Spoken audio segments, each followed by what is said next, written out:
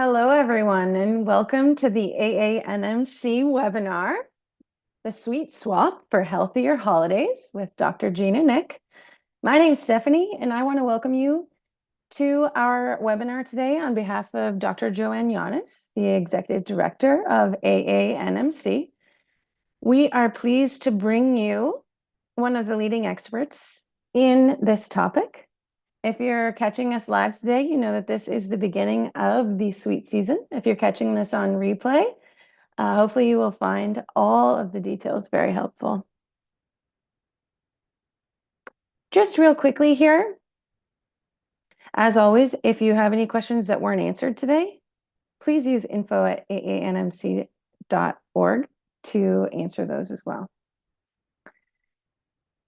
This webinar is for educational purposes only. It's not intended to provide medical advice, and it is not applicable for CE credits. So with that, I want to get straight into our topic today and introduce our speaker. Dr. Gina is a world-renowned naturopathic physician. She's a researcher and a formulator of the best daily ever supplement. She's based in Newport Beach, California, and she has a dedication to holistic wellness, which I'm sure you'll see today. She's known for her expertise in treating a wide range of health concerns, from autoimmune diseases and addiction recovery, anxiety, and more. Interestingly enough, after graduating from Naturopathic Medical School, she became the director of research for a leading supplement company and then moved on to the roles of executive and healthcare consultant to local and government agencies. So there's a lot of ways you can use your MD degree. With that, I'm going to go ahead and bring Dr. Gina on camera, and she can share more with you today about the sweet swap for a healthier holiday. Dr. Gina, can you tell us a little bit about your background? And we'll go ahead and get started with your presentation. Hi, Stephanie. Thank you very much. So my background is I'm a licensed naturopathic physician. I started with the first graduating class at what was then called the Southwest College of Naturopathic Medicine and Health Sciences in Arizona. Just growing up, I always knew I wanted to be a doctor. And I had an uncle who was head of the immunology department at UCLA Medical School. And so I was kind of on that track. I was doing my undergrad there, and I was going to continue on, go to UCLA Medical School, be an allopathic doctor, and the rest would be history. But while I was in school, my honors academic counselor at the time said he gave me a brochure for a naturopathic medical school, which I'd never heard of naturopathic medicine. Again, this was, more than 2 decades ago. And I read it and I thought, wow, because he knew I would always be researching nutrition and talking about nutrition. I was just had a natural fascination with nutrition and nutritional supplements and how they help to heal the body. And so he said, this just sounds more like you.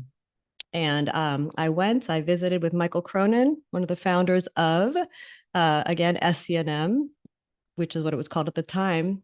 And the rest is history. I was like, oh my gosh, this is amazing. I can be a doctor, which I knew I always wanted to be.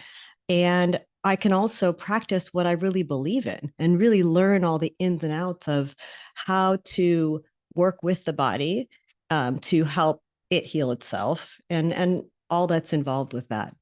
So that's kind of, and from there, I got very involved in supplements, researching nutritional supplements.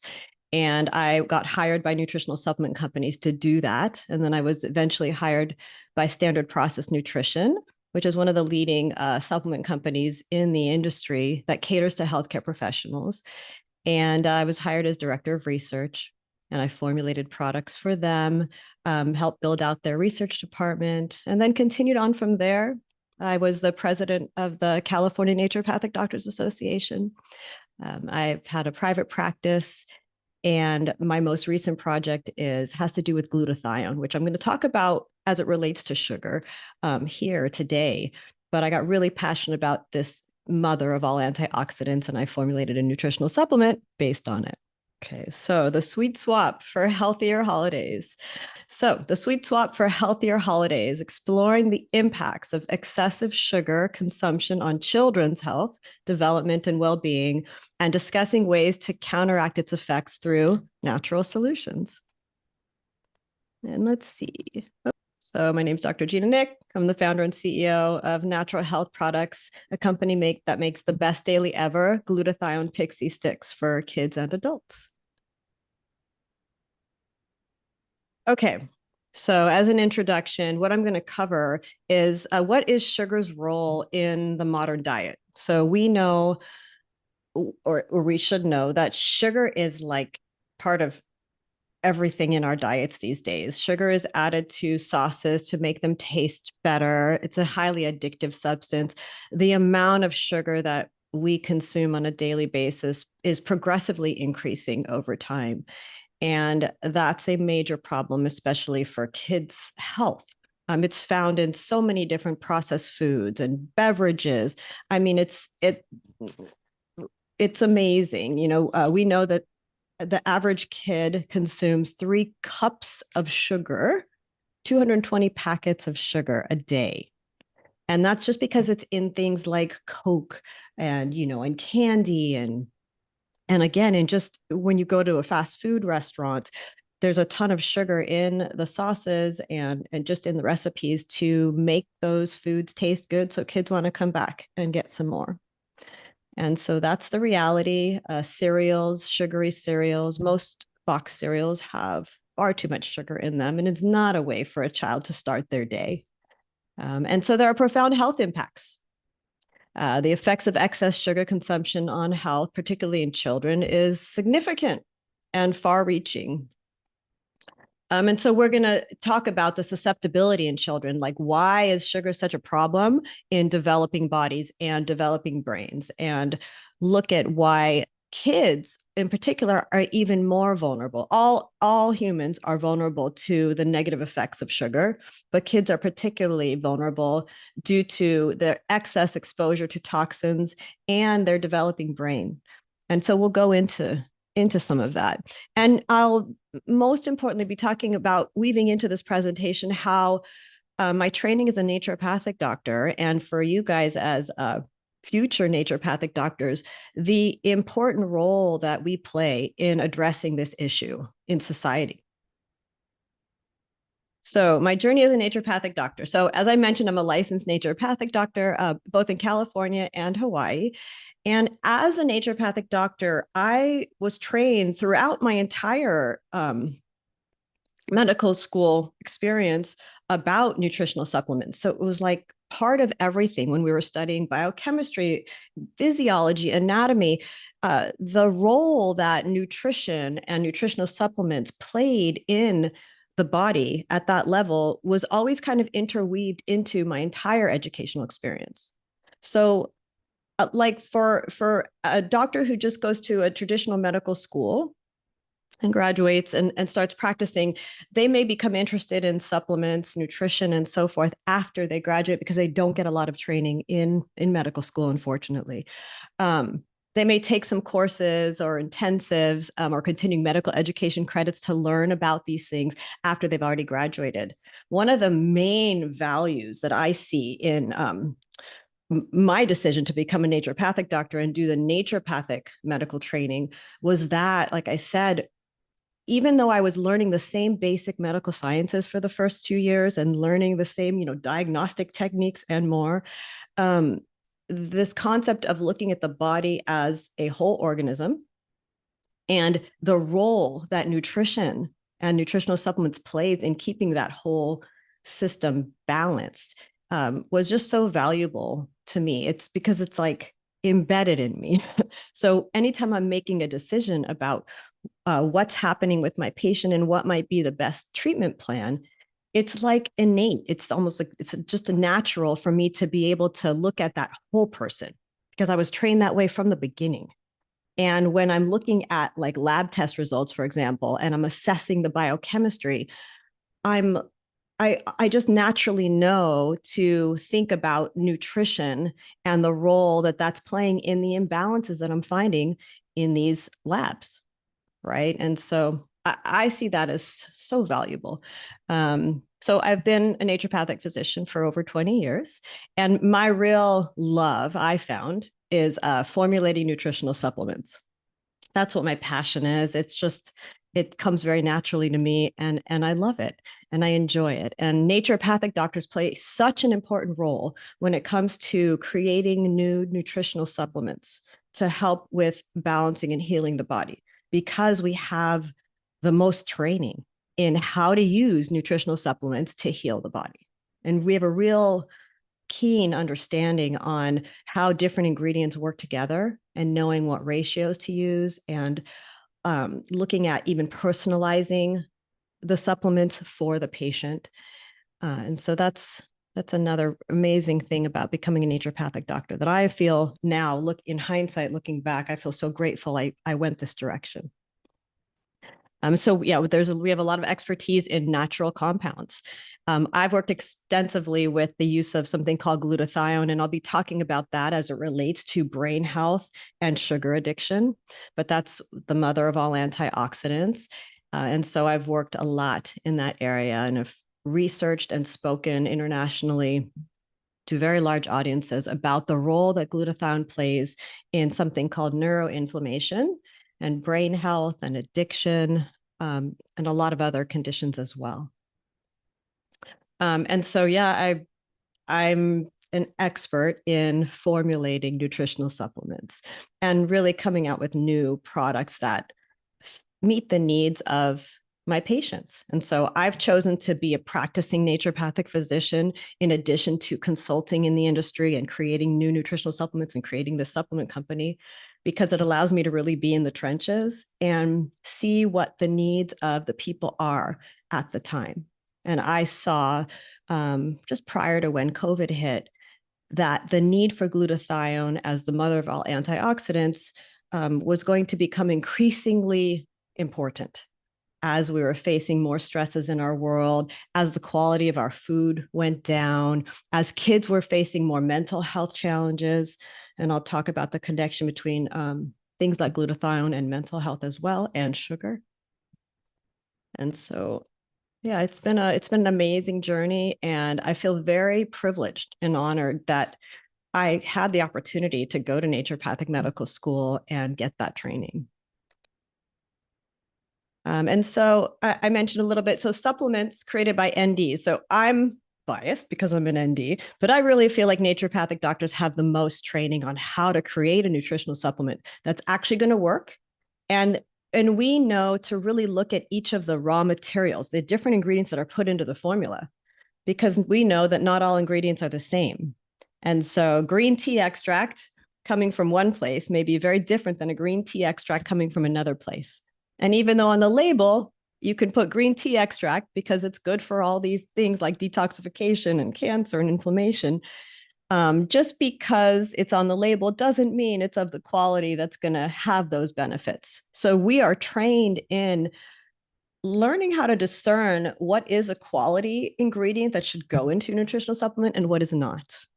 And so naturopathic doctors, that's one area where you're very well trained in how to discern what supplements are good for your patients, or if you're interested in creating supplements, really understanding how to formulate a quality supplement and make sure that the quality remains. And that's a big challenge in today's world, because the supplement industry is a multi-billion-dollar industry, and you've got lots of players in there. And so having quality supplements that are created by NDs is so essential, and we need more of them. And so this is a Best Daily Ever glutathione pixie sticks. I wanted to create a form of glutathione that tasted good and kind of hacked sugar, because we're talking about sugar, and pixie sticks were a favorite of mine as a kid. And so I wanted to create a supplement that would taste like sugar and candy, but actually be helpful for brain health and immune system function. And so I sweetened it with something called glycine, which is an amino acid that has a slightly sweet flavor, but also helps with controlling blood sugar levels, and some stevia. So sugar consumption among kids. Children's average sugar consumption. Children in the US consume on average 3 times more sugar than the World Health Organization's recommended amount of 25 grams a day. And so that's just sad, in my opinion. One Coke, like one Coca-Cola, has 44 grams of sugar in it. The average child should not be consuming the volume of sugar that they are consuming. And I mentioned, I misspoke and said that the average child consumes 3 cups of sugar on a regular basis. No, that's not correct. Let me correct that. It's the average child consumes 20 teaspoons of sugar on a regular basis, but during Halloween, on Halloween, it goes up to 220 packets of sugar, which is insane. The average US child's sugar intake often exceeds the World Health Organization's recommended amount, and that's a real problem. So what is the impact of sugar on children's health? So sugar is highly addictive, and it activates the opioid receptors. And so it works like a drug.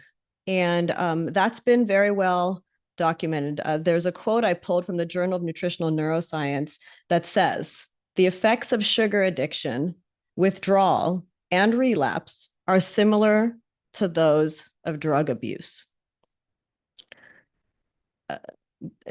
I just want to pause there because I think it's kind of easy to just say sugar's bad for you. Don't eat sugar, keep your kids away from sugar and all of that. But I kind of want to emphasize that statement. The effects of sugar addiction, withdrawal, and relapse are similar to those of drug abuse. So it's a major issue. Addictioncenter.com links the addictive properties of sugar to those of cocaine, causing short-term highs due to the amount of dopamine release that happens. So this is a big deal. Sugar causes hyperactivity, mood swings, and then the crashes. Again, think of it as a drug. It's a drug. Then there's that part of it, how it impacts the brain. It also causes an increased risk for obesity, heart disease, diabetes, fatty liver disease. And we're seeing kids are being diagnosed with diabetes earlier in age now. And, no child should be obese, and no child should be at risk for heart disease or diabetes. It doesn't have to be that way. And so, yes, the long-term consumption of sugar contributes to this range of serious health issues, all of which are preventable and reversible by modifying the diet. Food is your most important medicine. I'm convinced with practicing for as long as I have. I mean, at the end of the day, addressing diet has the most significant impact on the health and well-being of children and adults. So sugar causes inflammation in the brain, potentially affecting cognitive development and behavior in children. So what happens is that there's something called neuroinflammation, which is inflammation in the brain. Neuroinflammation is typically triggered by inflammation in the rest of the body. So if the rest of your body has this silent inflammation going on, and by inflammation, I'm not talking about a bug bite that's red and inflamed. It's an inflammation that's silent and it's insidious. And we heard a lot about inflammation during COVID, because when you have an infection, that can trigger this inflammatory response. But what's interesting is when the rest of your body gets triggered with this inflammatory response, it triggers the brain to have a similar response. And when that happens, that can lead to mood disorders, cognitive decline, and so forth. And so that becomes a real issue. There's something called free radicals, which are toxins from our environment, or if you're fighting an infection, that get created. And those free radicals tend to congregate in the mitochondria of your cells, the powerhouse of your cells, powerhouse of your brain cells. And that's where glutathione, I keep mentioning glutathione, the mother of all antioxidants, that's where glutathione is manufactured And what it does is it helps to protect those brain cells from damage from exposure to toxins, from damage from inflammation. And so that's why it can be extremely important and helpful. So I mentioned that sugar triggers the brain's opioid receptors, which is similar to the effects of addictive drugs, leading to cravings and dependence. Chronic sugar consumption causes oxidative stress in the brain. And I mentioned that, so that those free radicals that accumulate in the brain, that's what causes this oxidative stress. And that's where antioxidants are used to help neutralize those effects, contributing to cognitive decline, ADHD-like symptoms, and anxiety in children. And there are neurological similarities to cocaine, and I mentioned that the statement that is on addictioncenter.com that links the addictive properties of sugar to those of cocaine. So it's really addictive. And then it disrupts brain development. So the developing brain is particularly vulnerable to the negative impacts of excess sugar, which can impair cognitive function and emotional regulation. So where is sugar found? I mean, we all know sweet foods, cupcakes, cakes, candy, etc., have sugar in them. But there are a lot of packaged foods that are marketed as healthy for kids, where one form of or another of sugar is one of the top two ingredients. So cereals, granola bars, we were classically raised to think granola bars are healthy for you. Make sure you take a look at the ingredient list, because oftentimes they're not. And other healthy snacks often contain hidden sugars in the form of syrups, sweeteners, and even concentrates. So even like fruit juice concentrates can be really high in sugar. Fruit juices are high in natural sugars and they're often consumed in excess, leading to sugar overconsumption. So those juice boxes are not necessarily the healthiest thing for your kids. I'll often recommend, as a starting point, just trying to getting your children in the habit of diluting the juice with some water. And if you just slowly do that over time, you may find, as I did just with my own daughter, that she started to ask to have her juice diluted when we would be out at a restaurant, for example. And so try it. And again, go real slow. And ideally, with all of this, you want the behaviors to come from the child.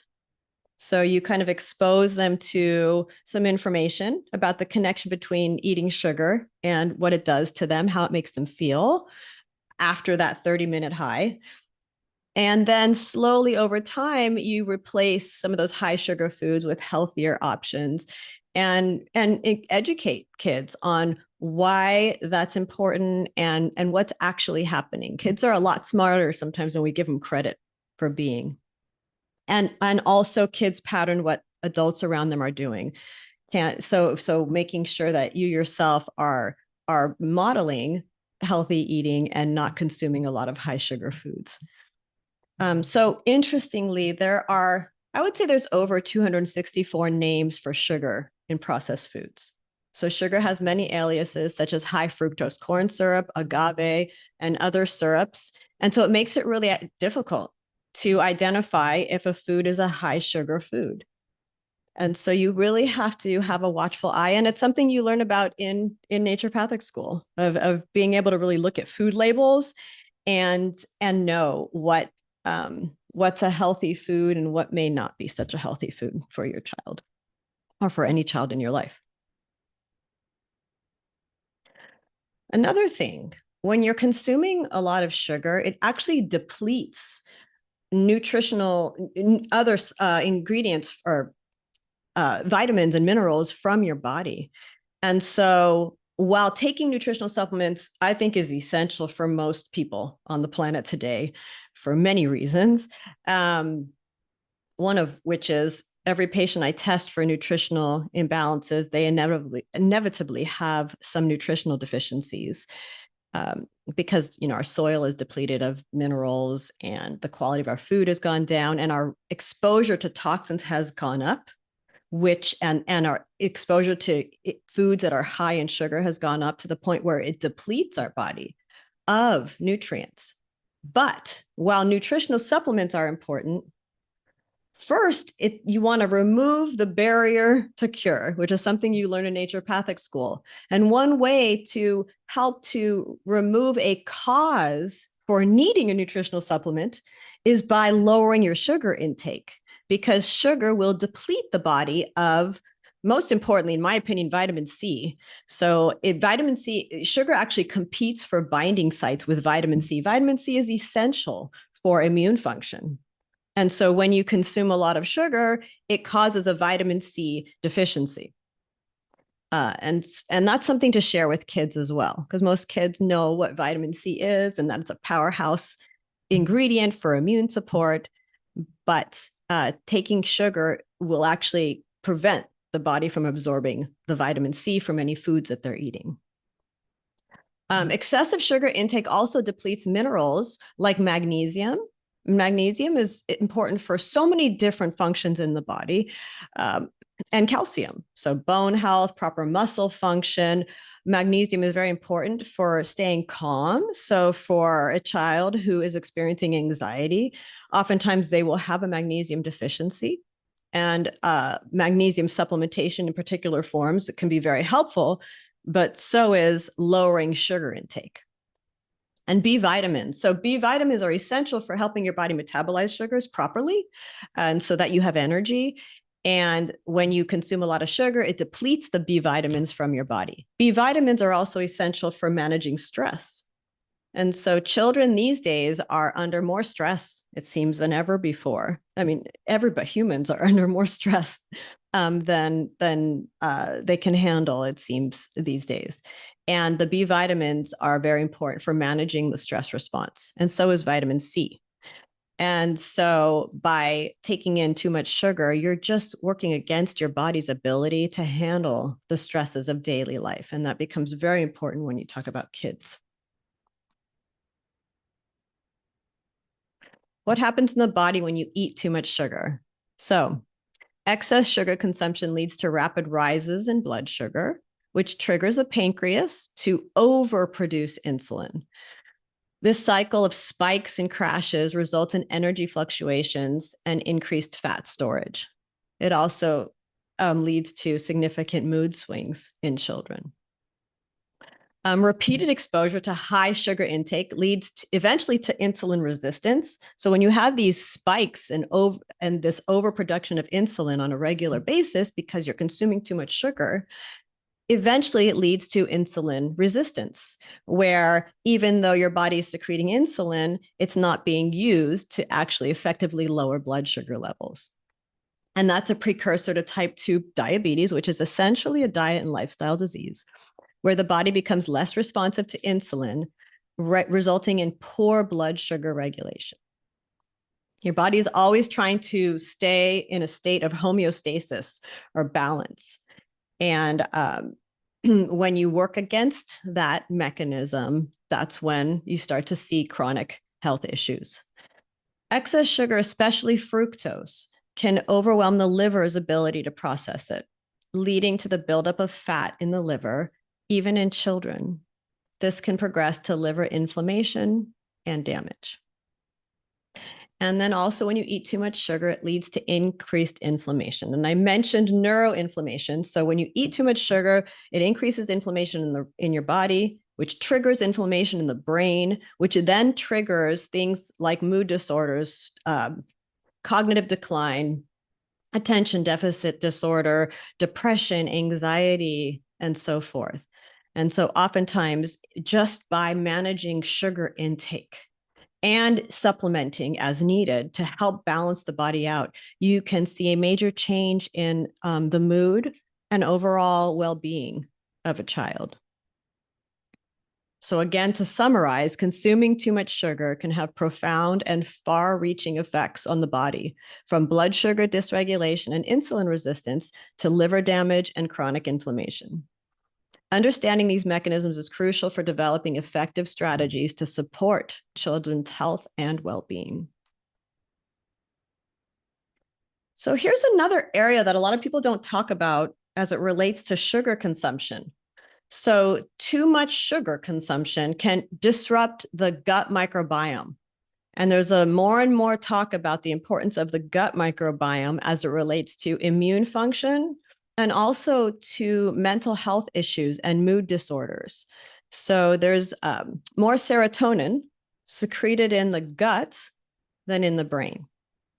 In naturopathic school, I learned that the gut is like a second brain. And that's just an old school naturopathic statement that is becoming more and more proven over time. So disrupting that gut microbiome causes a lot of issues.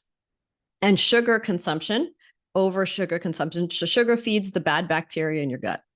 And so if you eat too much sugar, it's going to increase the bad bacteria, disrupting the level of the good bacteria, and then you have problems. So sugar feeds the growth of harmful bacteria in the gut, leading to digestive issues and weakening the immune system.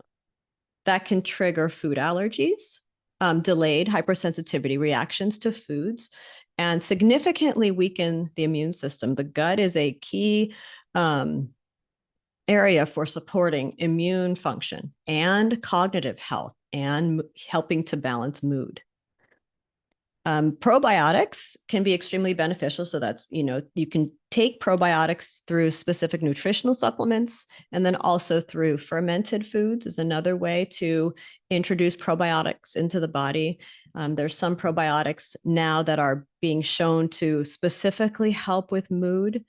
And so that's an interesting area. There's certain probiotics that help with the increased production of certain antioxidants in the body. But there's this whole ecology in the gut. It's like a whole world that when it's balanced, you can really see a significant improvement in health and well-being in children and adults.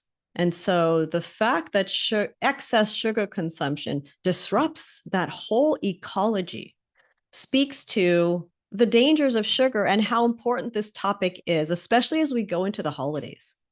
It's just commonplace, for sugar intake to go up significantly during Halloween, which is coming up here, and also into Thanksgiving and Christmas, Hanukkah, or whatever, the winter holidays that are celebrated. So probiotics, interestingly, when you take them, basically the probiotics are feeding the good bacteria, right? Or they are the good bacteria. And so it's helping to counteract the effects of the bad bacteria. And that can lead to a better mood and reduce dependence on sugar. So by restoring the balance of gut flora and improving the gut-brain communication, probiotics can help mitigate the negative effects of excess sugar consumption in children.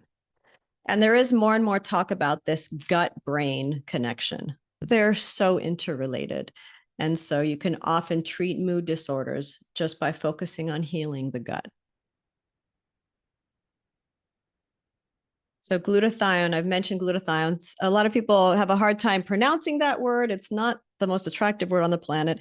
And so I coined the phrase vitamin G just because it's easier to remember. But glutathione is the mother of all antioxidants. And it is essential for neutralizing and removing harmful substances like excess sugar from the body. And so it is a powerhouse.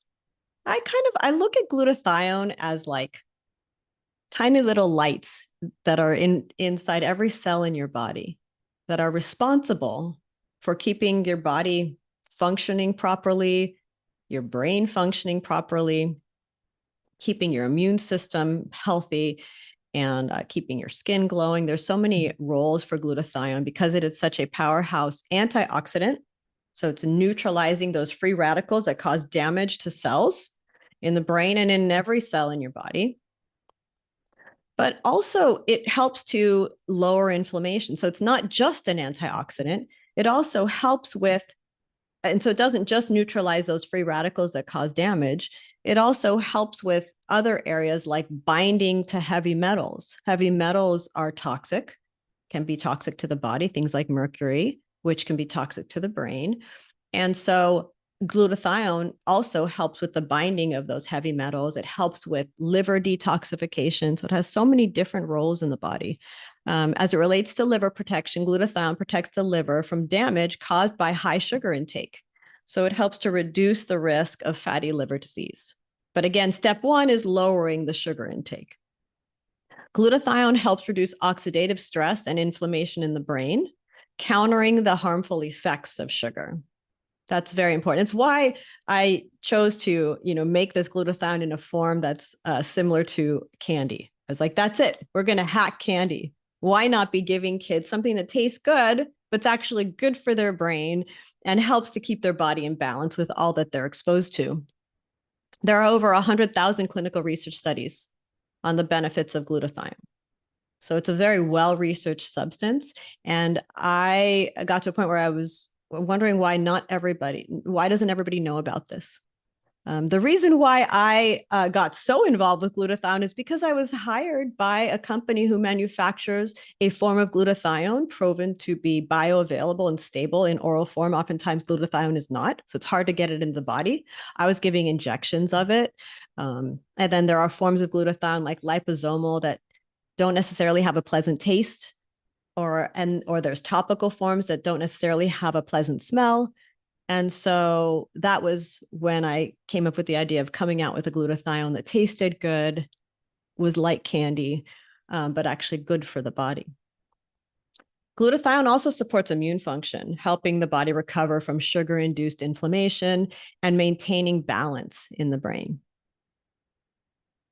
So by supporting detoxification, liver health, brain function, and the immune system, glutathione can play a key role in mitigating the negative effects of excessive sugar consumption in children.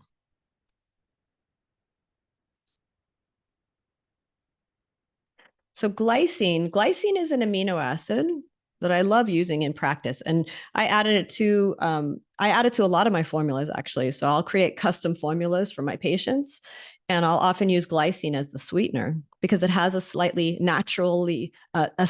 sweet taste to it. And so glycine is a key component of glutathione. And glutathione, by the way, is a combination of 3 amino acids: glycine, cysteine, and glutamic acid. When kids consume large amounts of sugar, glycine can help detoxify harmful byproducts from oxidative stress and assist the liver in processing excess sugar. Glycine, it's also amazing as it has a calming effect. And so it increases GABA production, which is a calming neurotransmitter in the brain. And so sugar can overstimulate the brain. We know that, causing hyperactivity and anxiety in children. And glycine acts as that calming neurotransmitter, helping to counterbalance the excitatory effects of sugar and helps to promote relaxation. Sometimes I'll just prescribe glycine first to help with anxiety in kids and adults. Another really cool thing about glycine, it supports gut health by feeding beneficial bacteria. So sugar often, as I mentioned, it disrupts that gut microbiome, leading to inflammation, other digestive issues, and also causing inflammation in the brain, leading to mood disorders. And so by including glycine, you can help restore balance in the gut, which helps to restore balance in the brain. High sugar intake suppresses the immune system. Glycine, being part of glutathione, helps to maintain immune health, which is so crucial for kids, especially during this time of year.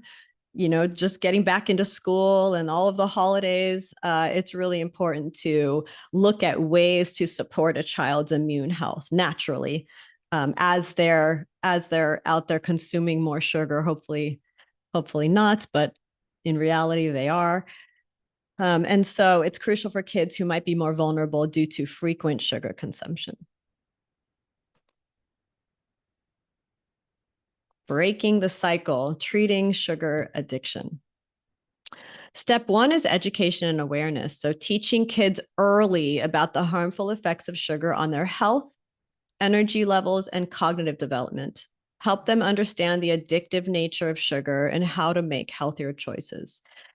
And so starting from, I recommend even as infants and as you're transitioning a child, if you were nursing them to baby food, making your own baby food that is low in sugar. And so from the beginning, getting children comfortable with not having a lot of sugar in their diet, because then when they are exposed to sweet foods, it's like too sweet for them. And so that's ideal. That's in an ideal world. But that's in a perfect world. We don't live in a perfect world.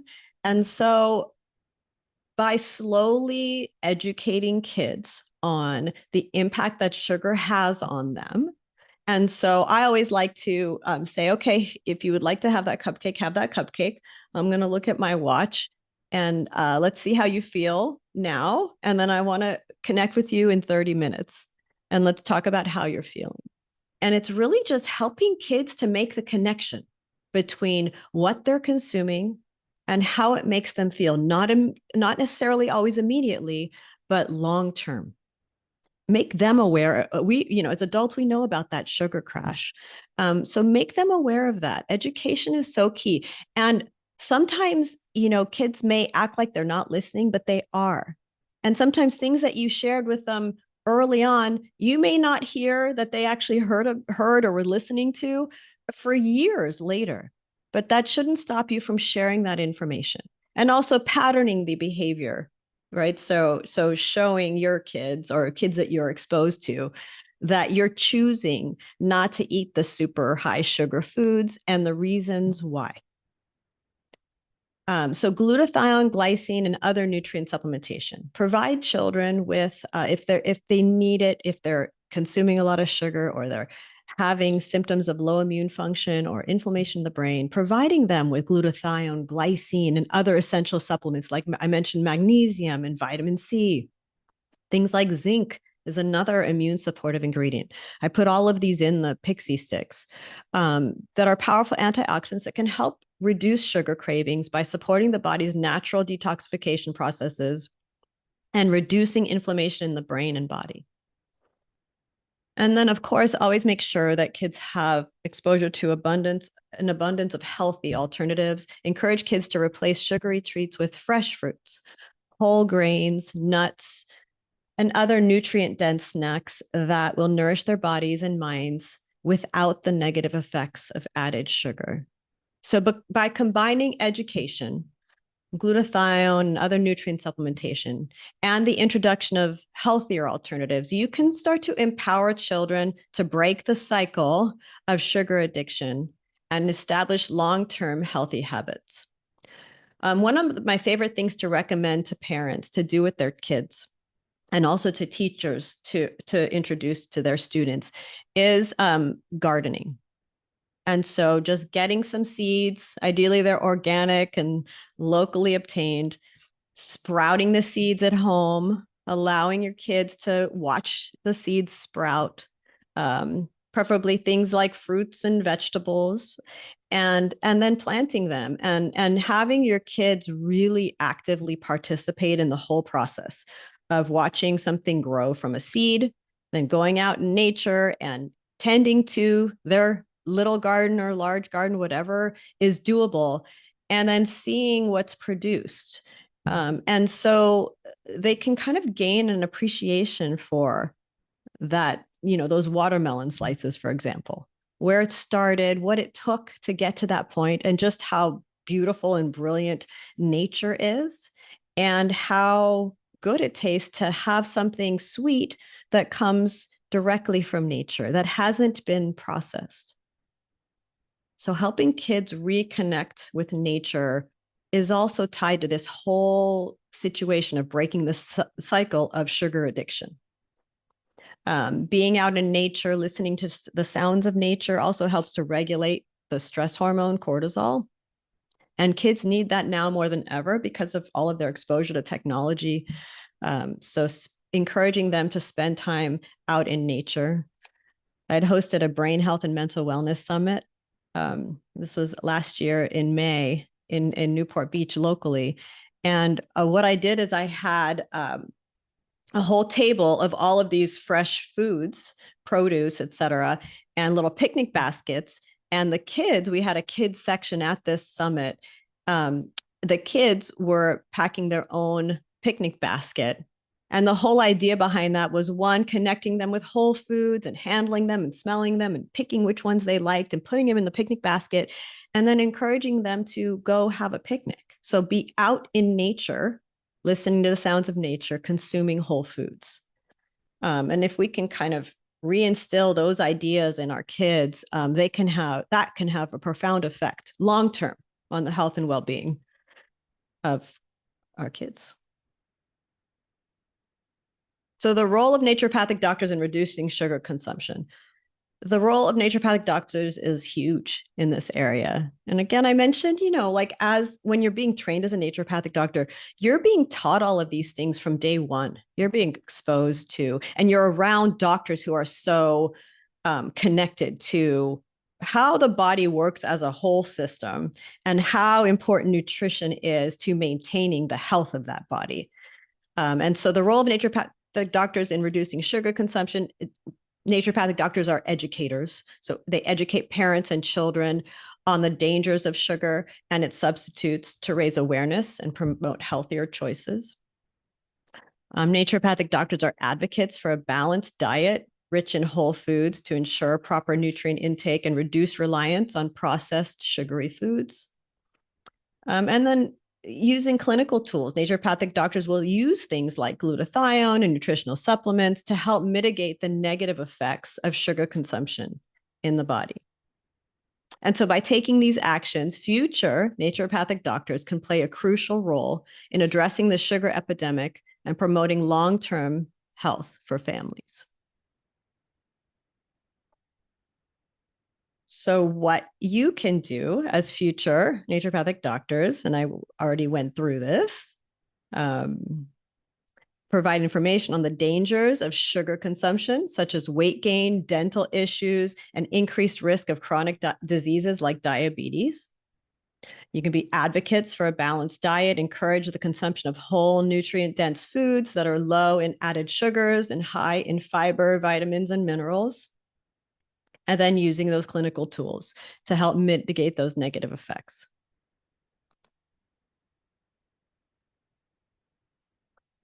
The importance of sugar reduction. So sugar is everywhere. Sugar is present in a wide variety of foods, from obvious sources like candy and soda to hidden ingredients. Like I mentioned, there's probably over 264 different names for sugar. So it's hidden in processed and packaged foods. So sticking with whole unprocessed foods and educating people on doing your best, to shop at local farmers markets, to prepare food at home as best as you can, just focusing on whole unprocessed foods as much as is possible. The impact on health, especially for children, is undeniable. Excess sugar consumption has been linked to a range of health issues, as I mentioned, including obesity, diabetes, and even impacts on cognitive and behavioral development in children. Future naturopathic doctors can play a key role. As future naturopathic doctors, you have the opportunity to educate families, offer healthy solutions, and promote long-term health and wellness. So the take-home message here is educate, offer solutions, and promote long-term health to make a very positive impact on families and communities. And one thing that I just wanted to touch on, which I didn't yet, is how vulnerable the brain is to exposure to sugars and also things that mimic sugar. So like artificial sweeteners. And oftentimes with those artificial sweeteners are artificial dyes. So when you think about like candy that's bright blue and red, et cetera, the brain is even more vulnerable to exposure to those toxins. And the developing brain of a child is more vulnerable. And what we know is that in the brain, the glutathione levels get depleted quicker there, making kids and adults more vulnerable to cognitive issues when they're exposed to toxins. And so that's where, again, I'm really passionate about making sure that children have the levels of glutathione in their brain that they need to help with neutralizing those toxins quickly. First step is to have them not consume that stuff. Second step is to make sure that they're protected. If they are consuming it, or for whatever reason they're being exposed to too many toxins, that's causing inflammation in the brain, that's leading to these behavioral challenges. And with that, I just want to say thank you so much. Thank you all for staying on for this webinar. And I hope you gained insight and feel inspired if you're on the journey to becoming a naturopathic doctor. I am so thankful that I chose this route. And it's now more than ever. I mean, it's such an amazing time to become a naturopathic doctor. When I went to school, nobody knew what naturopathic doctors were. And so I think for you guys, I commend you for inquiring about naturopathic medicine, and there's such a bright future for this field of medicine. So Yeah, thank you. excellent. Thank you again, Dr. Gina. Go ahead and grab a screenshot, friends. If this is your first time meeting Dr. Gina, grab a screenshot. Make sure you visit her resources. We have a few minutes for some questions. So I want to get those, just ask them really quickly. We have a question about the little sugar packets that might be on our tables, such as those artificial sweeteners, the pink, the blue, the yellow, the stevia. Is that an acceptable alternative? No, not even sucralose. We used to think sucralose was this wonderful new sugar. No, the brain is susceptible to consumption of sucralose as well. And we know that now. So artificial sweeteners are horrible for the brain. They're horrible. And so they are not, you're better off, to carefully say this, but I would choose straight sugar before I would choose an artificial sweetener. And that's saying a lot because you know my perspective on sugar. And so that's to say these artificial sweeteners, they increase neurotoxins. They are neurotoxins. They increase neuroinflammation. They are toxins that are very specifically impacting brain cells and the mitochondria, which is the powerhouse, the energy producers of your brain cells. They congregate there and cause significant harm. So no, they are not a good alternative. Okay. You heard it here first. I have like so many pages of notes. I have loved taking some notes here. Hey, if you are working with someone who might be dealing with some diabetic options, how long, after removing sugar from the diet, how long should that take for us to see some improvements? It's amazing. So I have this 21-day purification program where part of it is you are removing all the processed foods from your diet and sugar. And within that 21-day period, I mean, your blood work will look so different from beginning to end, not just in terms of blood sugar levels. So, or HbA1c, that might take a little bit more time to see a difference if you have diabetes, because that's a mark over a 3-month period of time. But within a 3-week period, there's a remarkable shift that happens if you stick with it. And then you will want to take some supplements to help with regulating blood sugar balance. There are supplements that will help to increase insulin sensitivity, and so will help to heal your body over time. And so there are no quick fixes. We all know that. But when you make significant changes to your diet that are in support of optimal health and well-being, it is amazing how quickly you can see changes. And then if you stick with it over time, the changes that can be made. I'll often prescribe a continuous blood glucose monitor. And so those are really cool because you can measure what your blood sugar is all the time. So not just on a blood draw. And so you really see, well, if I eat this particular food that I thought was healthy for me, whoa, that makes my blood sugar go really high. And sometimes you think something that might not have been so healthy for you doesn't really impact your blood sugar that much. And so, Okay, great advice. Yeah, a significant change in a short period of time. Excellent. That's what we need. Hey, I want to just make sure that everyone has the information. We get to invite specialists and experts like Dr. Gina for our upcoming AANMC events. So you can find all of this information for the Take the Next Step, Meet the ND colleges. We're going to bring on the accredited naturopathic college schools that are AANMC members. That's on Thursday, November 7th.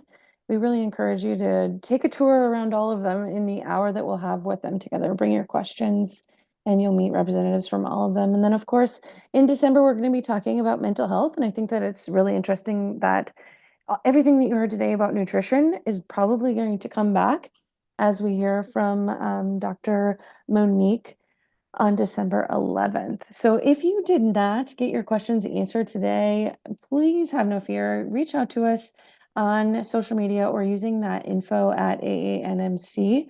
We can get those answered. Or please, if you're considering a career as a naturopathic doctor, Dr. Gina is a great resource on how you can use that ND doctoral degree from one part to the other. So we want to thank everyone for coming today, and we will see you next time. Have a great day.